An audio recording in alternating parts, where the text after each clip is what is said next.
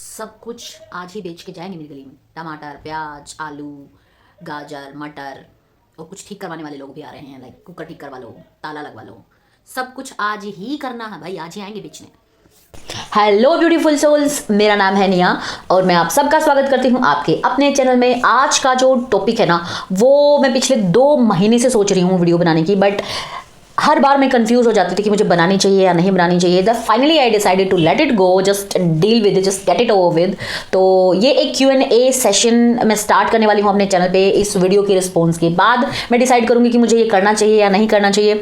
मेरे पास बहुत सारे मैसेजेस आते हैं, ईमेल्स आते हैं, बहुत सारी मतलब जो प्रॉब्लम्स आती हैं, उनमें से बहुत सारी ऐसे प्रॉब्लम्स होती हैं जो काफ़ी कॉमन होती हैं। तो उन कॉमन प्रॉब्लम्स पे मुझे लगता है कि एक वीडियो बन जानी चाहिए जिसमें मैं थोड़ा बहुत हेल्प कर पाऊँ जिन भी लड़कियों की ये एक प्रॉब्लम होती है या वो सोच रही हैं और उनको एक प्रॉपर गाइडेंस नहीं मिल पा रही है। तो प्रॉपर गाइडेंस मैं दे पाऊंगी या नहीं उसका तो मुझे नहीं पता, बट जितना मुझे पता है उतनी नॉलेज मैं दे पाऊंगी। और मुझे लगता है अगर मैं उस एज में होती तो मुझे जिस तरह की गाइडेंस चाहिए थी उस तरह की गाइडेंस मैं देने की कोशिश करूंगी। और इस वीडियो पे कैसा रिस्पॉन्स आता है, हेट आती है या फिर लव आता है, बहुत सारे लाइक्स आते हैं, डिसलाइक आते हैं, उस बेस पे मैं डिसाइड करूंगी कि क्वेश्चन एंड आंसर का सेशन जो है, ये प्रॉब्लम एंड सोल्यूशन का सेशन मैं अपने चैनल के लिए रखूं या नहीं रखूं।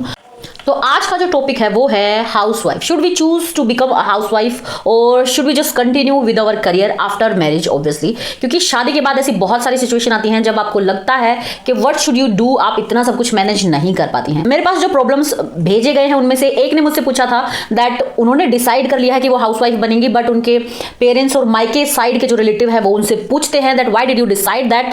तो उनको ऐसे जवाब चाहिए जो वो जस्टिफाइड कर सके कि मुझे हाउसवाइफ बनना है एंड दैट इज ओके। और दूसरा मेरे पास जो क्वेश्चन आया था वो ये था कि वो बर्न आउट फील कर रही हैं, उनको लगता है बहुत कुछ है जो वो मैनेज नहीं कर पा रही हैं, तो ऐसे में उनको क्या करना चाहिए, वो जॉब छोड़ सकती हैं क्या, क्योंकि इतना सब कुछ उनसे झेला नहीं जा रहा है and she is just going crazy. उनको लग रहा है कि हर चीज आउट ऑफ कंट्रोल हो रही है और वो कुछ भी मैनेज नहीं कर पा रही हैं। एक और मेरे पास जो प्रॉब्लम आई थी उसमें उन्होंने पूछा था कि उनको लगता है कि वो अपने बच्चों पर ध्यान नहीं दे पा रही हैं, और वो जो मॉम गिल्ट होता है that I am going after money, I am going after my career, कहीं इसमें मैं अपने बच्चे के साथ कुछ इनजस्टिस तो नहीं कर रही हूँ। And one more, she is like I really want to pursue my career but मेरे फैमिली वाले मुझे सपोर्ट नहीं कर रहे हैं, like in laws and husband, और मुझे सारा सब कुछ काम है जो घर का रिस्पॉन्सिबिलिटीज है वो अकेले हैंडल करनी पड़ती है और उसके साथ ही मैं अपना करियर हैंडल कर रही हूँ और वो बहुत डिफिकल्ट होता जा रहा है। इस तरह की प्रॉब्लम्स के क्या सोल्यूशन निकल सकते हैं, और अगर आप कंफ्यूज हैं कि आपको हाउसवाइफ बनना है या नहीं बनना है, should you continue with this crazy path और जस्ट गिव इट अप और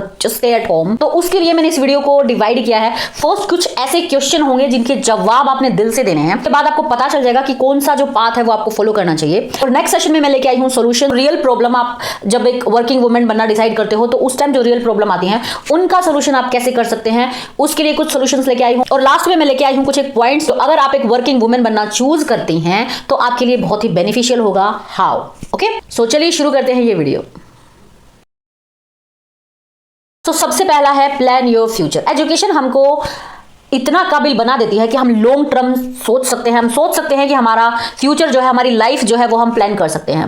तो क्या आपने अपनी लाइफ प्लान की है? क्योंकि आज आपके बच्चे छोटे हैं, आपको लगता है एवरीथिंग इज मेसी, हर चीज आपको क्रेजी कर रही है क्योंकि हर जगह आपका 100% जरूरत आपको महसूस होती है। लेकिन यही बच्चे हर रोज बड़े हो रहे हैं और एक टाइम के बाद जैसे जैसे ये बड़े होंगे आपकी जरूरत इनकी जिंदगी में कम से कम होती चली जाएगी। उसके बाद एक टाइम आएगा जब आपके बच्चे फुल्ली अडल्ट हो जाएंगे, 15-16 साल, 18-19 साल, उसके बाद ये आपको छोड़ चले जाएंगे, बाहर चले जाएंगे, जॉब करेंगे या फिर 12th के बाद अपना जो उनका करियर ऑप्शन उन्होंने चूज किया है उसको फॉलो करने के लिए चले जाएंगे। Then what? आपके बच्चे जा चुके हैं, घर में आपने मेड रखी हुई है, आप उससे काम करवा रही हैं। एक हेल्दी अडल्ट 70 साल की एज तक आराम से काम कर सकता है। आपके बच्चे जब तक जाएंगे तब तक आप अराउंड 45 to 50 के बीच में होंगी। दैट मीन्स आपके आने वाले जिंदगी के 20 से 25 साल आप इजीली काम कर सकते थे, बट आपने चूज किया है हाउस बनना। तो उन 20 से 25 साल में जब आपके पास बच्चे भी नहीं हैं, वो भी चले गए हैं, उनकी अपनी जिंदगी स्टार्ट हो चुकी है, वो अपनी जिंदगी में बहुत बिजी है, मे बी आपको फोन भी वीक में एक ही बार कर पाएंगे because they are super busy with their studies, with their jobs, with their careers. और आपके हस्बैंड है, उनका अपना करियर है, वो अपनी लाइफ में बिजी हैं। आपके घर में मेड आती है, आप उससे काम करवा रही हैं, तो घर का काम भी आपका मिनिमम हो जाता है। उन 20 से 25 सालों में जब आप बिल्कुल हेल्दी हैं, आप काम कर सकती थी, आपके पास कुछ नहीं होगा, क्या आपने अपने वो 20 से 25 साल प्लान किए हैं? आप क्या करेंगे उन 20 से 25 साल में जब आप सुपर हेल्दी हैं और आपकी जो रिस्पॉन्सिबिलिटीज है घर को लेकर वो पूरी हो चुकी हैं? तब आप क्या करेंगे? इनफैक्ट जब हमारे बच्चे बड़े हो रहे होते हैं तभी हमारी हर रोज जरूरत उनकी लाइफ में कम होती चली जाती है। जब वो 4th 5th में होते हैं तब तक मैक्सिमम जरूरत होती है। उसके बाद जैसे ही उनकी पढ़ाई सीरियसली स्टार्ट होती है, प्राइमरी लेवल फिनिश होने के बाद उनके ट्यूशन स्टार्ट हो जाते हैं, तब हमारी जरूरत उनकी लाइफ में बहुत ही कम हो जाती है। तो तब आपके पास बहुत सारा टाइम होगा, तब आप क्या करेंगी? उस टाइम को कैसे स्पेंड करेंगी? क्या ये आपने सोचा है? तो plan your life, think about those years. कम से कम 25 से 30 साल ऐसे होंगे जब आपके बच्चों को आपकी उतनी जरूरत नहीं होगी, तब आप क्या करेंगी? और एक वर्किंग वुमेन का मतलब ये नहीं होता कि आप 24 घंटे काम ही कर रही हैं। As a parent, as an observer, as a mentor, आप हमेशा उनकी लाइफ में रह सकती हैं एक वर्किंग वुमेन बन के भी। नंबर 2 जो क्वेश्चन आपको खुद से पूछना है वो ये कि आप अपनी एनर्जी, अपने पैसे, अपनी लाइफ, अपना करियर सब कुछ सेक्रीफाइस कर रही हैं आपके बच्चों की एजुकेशन के ऊपर, क्योंकि आपको लगा कि आपके बच्चों को आपकी बहुत ही ज्यादा जरूरत है, क्योंकि वो छोटे होते हैं तब उनको जरूरत होती भी है, और उसी टाइम आप फैसला करती हैं that I am going to sacrifice my dreams, my career and I am going to focus on my kids. अब आपके बच्चे बड़े हो गए हैं, आपने उनके लिए 1000 सपने देखे हैं, तभी तो आप उनको पढ़ा रही हैं। आपका एक विजन होता है अपने बच्चों के लिए, अपनी बेटी हो या अपना बेटा हो, that she is going to achieve that और he is going to achieve that. तो अगर इतने सेक्रीफाइस के बाद आपका वही बच्चा आपकी स्टेज पे आके ये बोले कि मुझे हाउस हस्बैंड या हाउस वाइफ बनना है, तो आपका रिएक्शन क्या होगा? क्या आपको नहीं लगेगा कि आपका सारा सेक्रीफाइस सब वेस्ट हो गया? अगर इसको हाउस वाइफ या हाउस हस्बैंड ही बनना था तो हमने इसकी एजुकेशन में इतना इन्वेस्ट ही क्यों किया? अगर आपको लगता है कि आपको हाउसवाइफ ही बनना है तो सेम फीलिंग आपके पेरेंट्स को भी तो आ रही होगी। उन्होंने भी तो बहुत कुछ सेक्रीफाइस किया है आपकी एजुकेशन के ऊपर, तो उनके सेक्रीफाइस क्या आप जस्टिफाइड कर रही हैं? ये सवाल आपने खुद से जरूर पूछना है कि इतना सब कुछ करने के बाद अगर मेरे बच्चे सेम डिसीजन ले जो मैंने लिया है तो मुझे कैसा फील होगा? क्या मैं उसको एक्सेप्ट करूंगी दिल say that it's okay, you just stay at home, focus on your kids? और तब आप उस कंडीशन में होंगी, वो 20 से 25 साल में होंगी जब आपके पास करने के लिए कुछ नहीं होगा। उस टाइम आप कैसा फील कर रही हैं? आप फ्रस्ट्रेटेड हैं, आपके पास कोई मोटिव नहीं लग रहा है, आपको लग रहा है आपने अपनी लाइफ वेस्ट कर दी है, आपके पास कुछ प्रोडक्टिव करने के लिए नहीं है। सेम चीज आपका बच्चा भी फील करेगा आफ्टर 15 to 20 ईयर्स। तो तब आप देख पाएंगे अपनी लाइफ जर्नी को, तब आप अपने बच्चे को क्या सलाह देंगे? क्या सेम सलाह आप अपने बच्चे को देंगी दैट इट्स ओके, ठीक है, आप अपने बच्चे पर फोकस करो और अपनी पूरी लाइफ सिर्फ इसी पर फोकस करो? अगर हाँ, देन इट्स योर चॉइस। अगर नहीं, देन थिंक अबाउट इट कि आप उस टाइम अपने बच्चे को क्या सलाह देंगी। वही सेम सलाह आपको खुद को देनी है।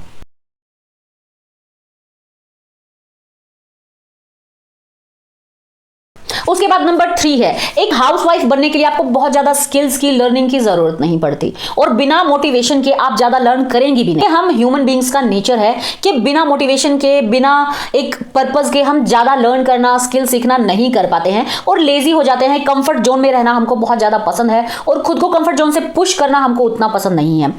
तो एक हाउसवाइफ बनने के लिए आपको किसी चीज की जरूरत नहीं है। आपको घर के बेसिक काम आने चाहिए, आपको बच्चों का टेक केयर करना आना चाहिए, वो आप धीरे धीरे सीख ही जाते हैं। तो आपको नहीं लगता कि आपकी लाइफ, आपकी जो कैपेबिलिटीज हैं, आपकी जो पोटेंशियल है, उनको कहीं ना कहीं आप खत्म कर रही हैं एक हाउसवाइफ बनके? एज ए ह्यूमन बीइंग आपकी ये रिस्पॉन्सिबिलिटी है कि भगवान ने जो कैपेबिलिटीज, जो पोटेंशियल आपको दी है, आप उसको ग्रो करें और उसके जरिए इस समाज को, देश को, उसमें कंट्रीब्यूशन करें। तो कहीं ना कहीं ये अनजस्टिस नहीं है आपकी पोटेंशियल के साथ, आपकी कैपेबिलिटीज के साथ? जो आप कर सकती थी वो आपने नहीं किया और आपने पूरी लाइफ एक इस तरह का काम चूज किया है जिसमें आपको कोई ज्यादा स्किल्स, कोई ज्यादा मेहनत कुछ करना ही नहीं है। सेम थिंग रिपीटिंग वे में आपको डेली करना है, अपनी मेड से काम करवाना है, गप्पे लगाने हैं, बच्चों पे फोकस करना है, बच्चों को पढ़ाई करवानी है, और वो भी आप कुछ ही टाइम तक करवा सकते हैं। उसके बाद सभी बच्चों को जाना ट्यूशन ही होता है। चाहे आप कितने भी पढ़े लिखे हों, आप 6th 7th के बाद अपने बच्चे का सिर्फ एक ही सब्जेक्ट उसको पढ़ा सकते हैं, बाकी के सब्जेक्ट उसको बाहर से ही पढ़ने होते हैं। नंबर 4 जो है कि जो भी आपके हाउसवाइफ बनने का रीजन है, क्या वो प्रॉब्लम एक शॉर्ट टर्म प्रॉब्लम नहीं है? एक शॉर्ट टर्म प्रॉब्लम का परमानेंट सॉल्यूशन निकाल रही हैं आप। आपकी जो भी प्रॉब्लम है, आपके बच्चे छोटे हैं, आपके सास ससुर बीमार है, क्या इसका कोई भी सॉल्यूशन नहीं निकल सकता? मे बी आप एक ब्रेक ले सकती हैं अपने करियर से। अपने ड्रीम्स को बिल्कुल परमानेंट छोड़ना एक टेम्परेरी प्रॉब्लम का परमानेंट सॉल्यूशन है, और टेम्परेरी प्रॉब्लम्स के लिए टेम्परेरी सॉल्यूशंस निकाले जाते हैं, परमानेंट सॉल्यूशन नहीं निकाले जाते। अब बात आती है सॉल्यूशंस पर। तो जो सबसे बड़ी प्रॉब्लम हम लड़कियां फेस करती हैं आफ्टर मैरिज, जब हम ये डिसाइड करते हैं ना कि हमको हाउसवाइफ बन जाना चाहिए, उनमें सबसे नंबर 1 पे होते हैं हमारे बच्चे। जब हमारे बच्चे छोटे होते हैं then there is no substitute. या तो आपको अपनी जो ऑर्गेनाइजेशन है, अपनी कंपनी है, वहां से आपको लीव मिल जाएंगी। अगर नहीं मिल रही है then go for it, just take a break for like 1 year 2 year, जितना भी आपको ठीक लगता है। क्योंकि एक इतने छोटे बच्चे को अपनी मदर की ज़रूरत 24/7 होती है और उसका कोई भी सोल्यूशन नहीं है। अगर उस टाइम आपने वर्क करना चूज़ किया ना, तो वो आपकी मेंटल हेल्थ के लिए बहुत ही ज़्यादा बुरा होगा, आपके बच्चे के लिए भी बहुत ज़्यादा बुरा होगा। उस टाइम आप ब्रेक ले सकती हैं अपने करियर से, कोई बहुत बड़ा लॉस नहीं हो रहा है, ठीक है। आपके करियर में अगर लॉस होगा थोड़ा बहुत, आप बैक चली जाएंगी, वो आप फिलअप कर सकती हैं 1-2 साल काम करके, बट आपने अपनी फैमिली बना ली है, आपकी लाइफ में आपका बेबी है। वो फेज लाइफ का बहुत इंपॉर्टेंट है and it is justified to take a break.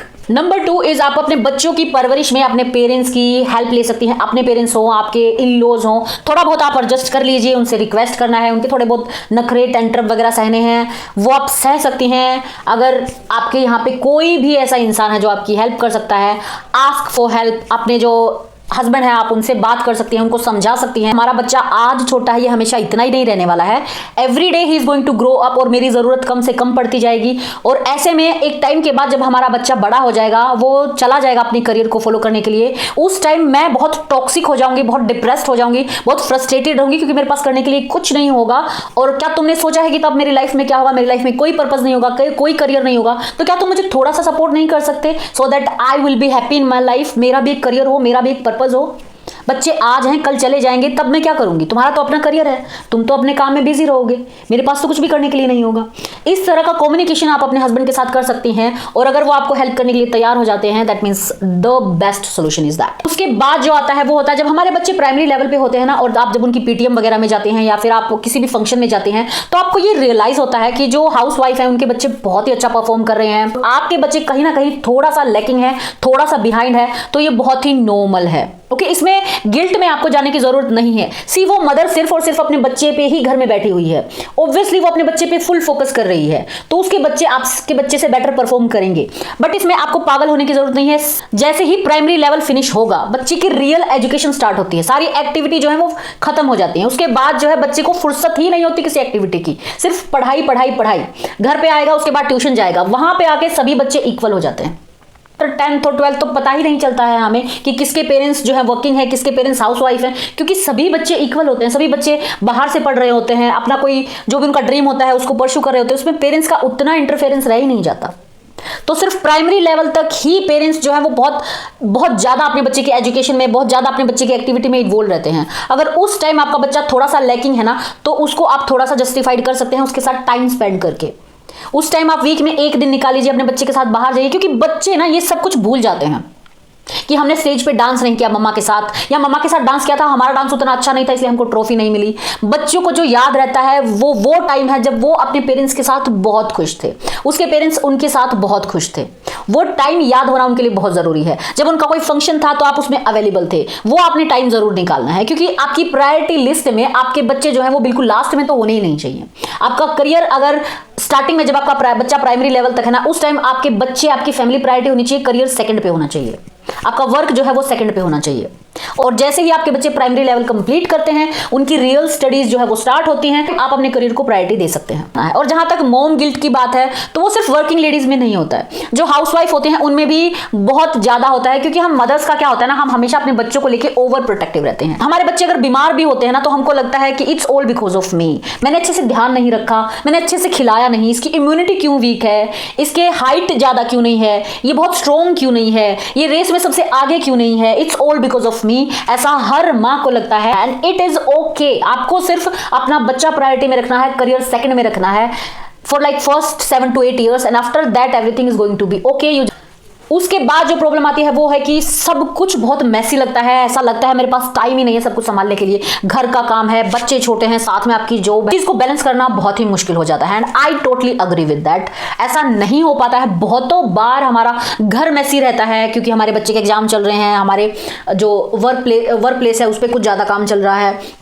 ऐसे में आपको करना है कि आपको पागल नहीं हो जाना कि मेरा घर हमेशा टिप टॉप रहना चाहिए, मेरे बच्चे हमेशा टिप टॉप रहने चाहिए।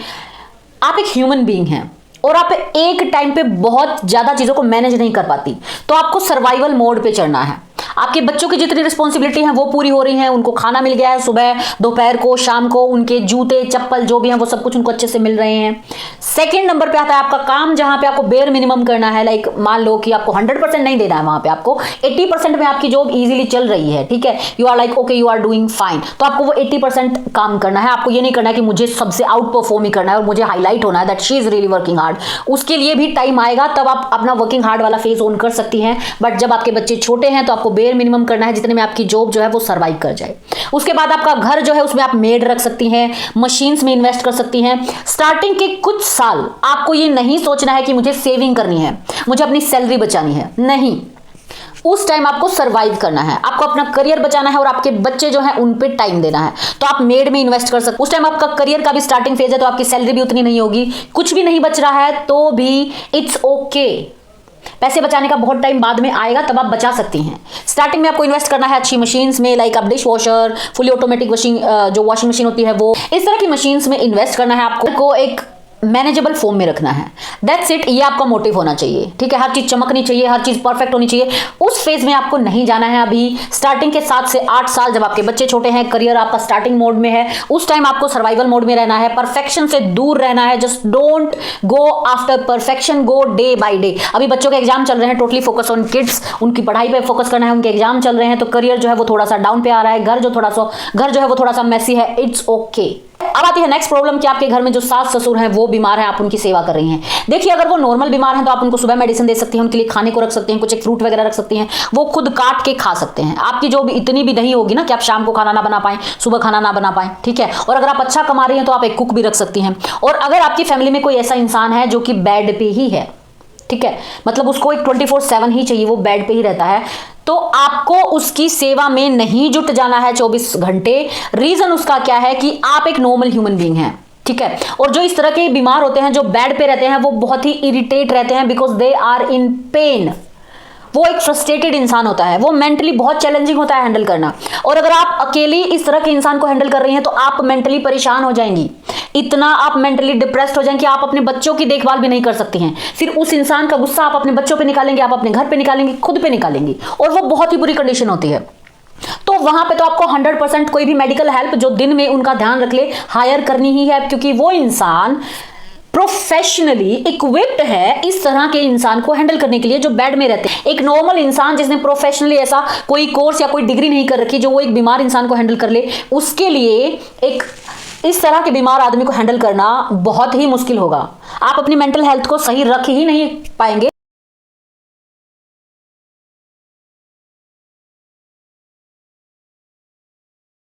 बारी आती है कि हाउसवाइफ को होम मेकर बना के ग्लोरीफाई किया जाता है, से वो कोई अलग ही 30 मार खा काम कर रही हो, ताकि जब वो कोई लड़की हाउसवाइफ बनना चाहे ना तो उसको गिल्ट ना हो अंदर से अपने सपने, अपना ड्रीम, अपना करियर खत्म करने का। देखिए, अगर आपका कोई ड्रीम, कोई सपना, कोई पर्पस है ही नहीं तो आप बन सकते हैं, ठीक है। ऐसा नहीं है कि हर किसी का कोई ड्रीम, कोई सपना ही होता है, होना चाहिए, बट अगर नहीं है तो आप easily you can go and call your self a housewife. लेकिन होम मेकर बोलना उनको कि I am not housewife, I am a home maker. तो क्या जो ये वर्किंग लेडीज हैं इनके होम नहीं होते हैं? They are not home maker. हाँ, ये नहीं बना रही हैं घर, आप ही अलग से कुछ अलग घर बना रही हैं। इनके तो बन ही नहीं रहे होंगे, फिर इनके तो बच्चे भी सब कुछ उजड़ रहा है इनका, ये थोड़ी ना घर बना रही है। एक हाउसवाइफ जो घर में बैठती है उसी का घर बनता है, because she is the home maker, no, और कोई नहीं है होम मेकर। ये बहुत ही अजीब सी चीज लगती है मुझे, फालतू में हाइप दे रखी है इस चीज को। अब हाउसवाइफ को होम मेकर बोला जाता है और उनको फिर ये वाला पट्टी पढ़ाई जाती है कि अगर मैं चार्ज करूं उस चीज के जो मैं करती हूं, पहला, आप उस प्यार के लिए चार्ज करेंगे क्या जो आप अपने बच्चों को देती हैं? अगर आप चार्ज करने की सोच रही हैं तो मैं आपको एक बात बता दूं, जो प्यार आप अपने बच्चों को देती हैं ना, वो उतना प्योर प्यार है भी नहीं जितना आपके बच्चे आपको देते हैं। आप अपने बच्चे को 1000 लोगों से कंपेयर करते हैं, भले ही आप उसको ना बोलें कि देखो उसको वो अच्छे से बिहेव कर रहा है, देखो उसको उसके इतने मार्क्स आते हैं, भले ही आप मॉडर्न हो गए हैं और आप ये चीज़ें अपने बच्चे को नहीं बोलते हैं, बट आपके माइंड में आता है। एक बच्चे के लिए उसकी पूरी दुनिया उसकी माँ होती है, तो एक बच्चे का जो प्यार होता है वो बहुत ही प्योर होता है। हमारा प्यार उतना प्योर नहीं होता है जितना एक बच्चे का प्यार होता है। तो आप उस प्यार के लिए कभी चार्ज नहीं कर सकती। फिर भी अगर आप चार्ज करना चाहें तो आप चार्ज करेंगे, तो चार्ज करेंगे मैं तुम्हारे कपड़े वॉश करती हूँ, घर का ख्याल करती हूँ, खाना बनाती हूँ। तो एक कुक को आप कितने पैसे देने वाले थे?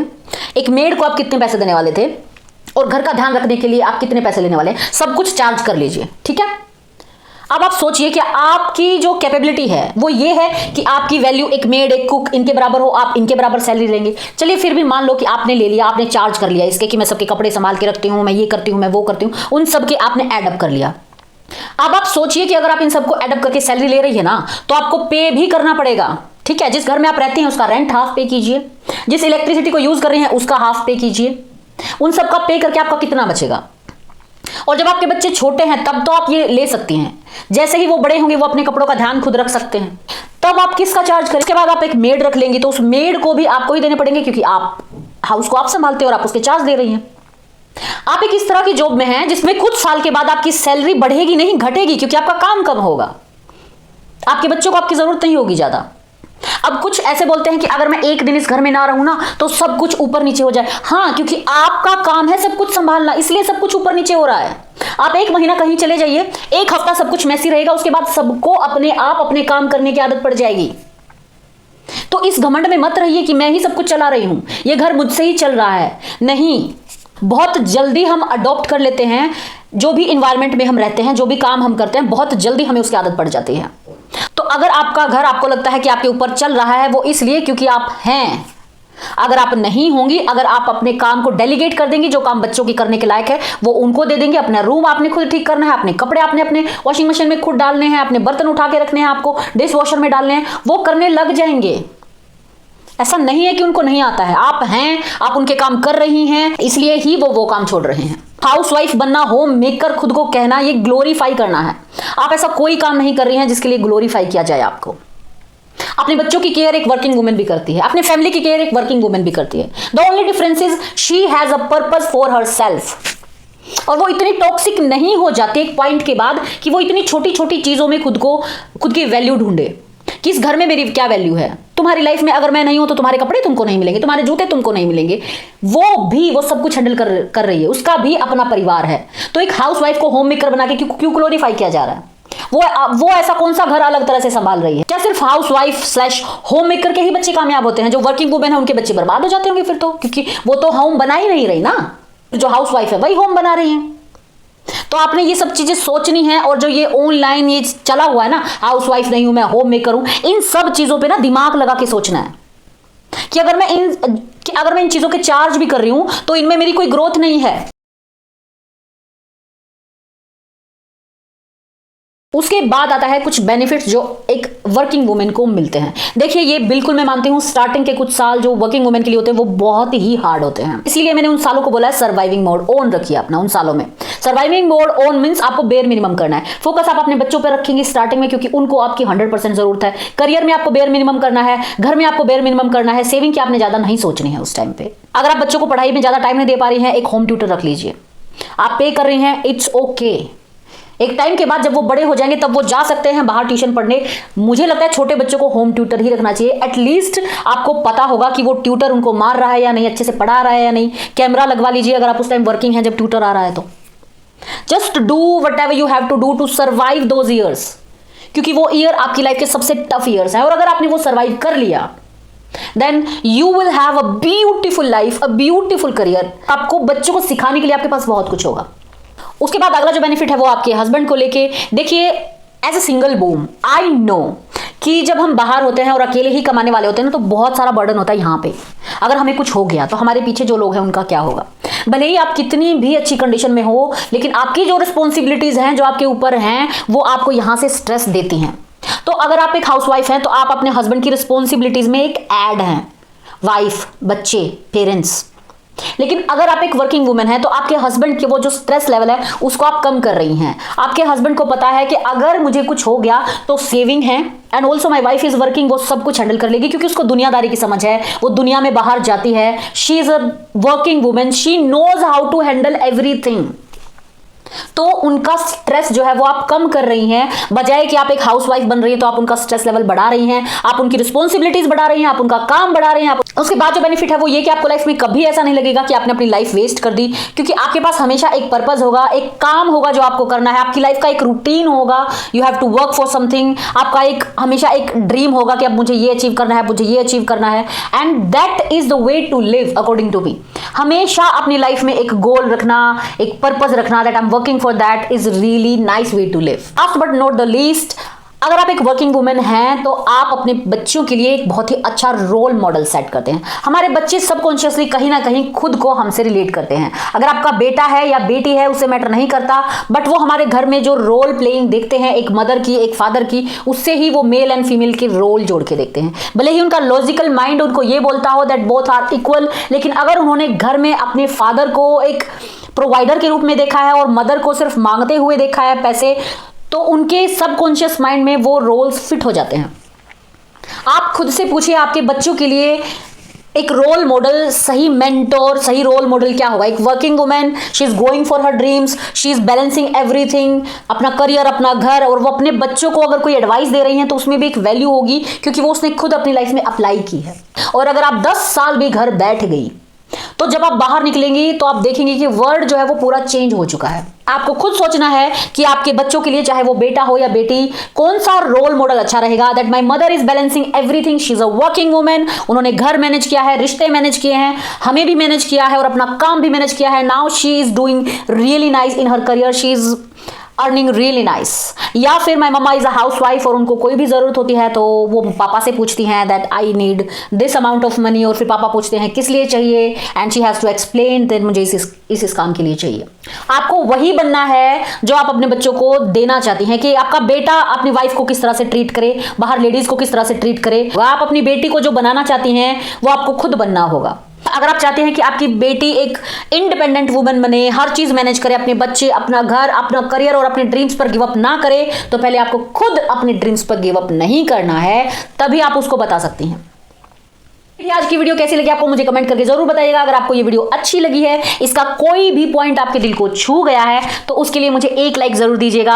अगर इसके अलावा ऐसी कोई भी बात है जो मैं ऐड करना भूल गई हूं और आपको लगता है कि वो पॉइंट भी होना चाहिए था, तो वो भी आप कमेंट करके जरूर बता सकते हैं। या फिर कोई ऐसी चीज है जो आपको लगता है कि मैंने गलत कही है और आप उससे सहमत नहीं है, तो उसको भी आप कमेंट सेक्शन में जाके एक्सप्लेन कर सकती हैं। Yes, this video is not for those जिनको फोर्सफुली हाउसवाइफ बना दिया जाता है। बहुत सारी ऐसी लेडीज होती हैं जिनके बहुत हजारों सपने होते हैं, बट हालात ऐसे हो जाते हैं कि उनको सेक्रीफाइस करवाया जाता है उनसे, वो करना नहीं चाहती हैं। मे बी वो हर चीज मैनेज भी कर सकती हैं, बट उनको ऐसा फोर्स किया जाता है, ऐसे हालात हो जाते हैं कि उनको अपने सपने, अपना करियर खत्म करना पड़ता है।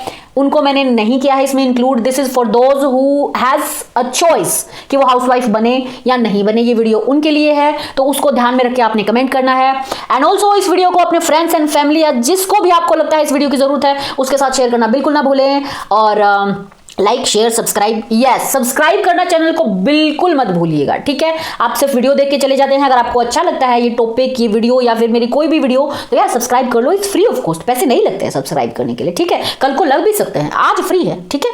और अगर आपकी भी कोई प्रॉब्लम है, कोई क्वेश्चन है जो आप मुझसे पूछना चाहते हैं, या आप चाहते हैं कि इस टॉपिक पे भी एक वीडियो बननी चाहिए, तो या तो आप कमेंट कर सकते हैं उस क्वेश्चन को, उस प्रॉब्लम को, या फिर आप मुझे मेल कर सकते हैं। मेरा ईमेल आईडी डिस्क्रिप्शन बॉक्स में होगा। मैं मिलती हूँ आपसे अपने नेक्स्ट वीडियो में। तब तक के लिए I love you all. Please take really good care of your self. You are very important to me, and bye.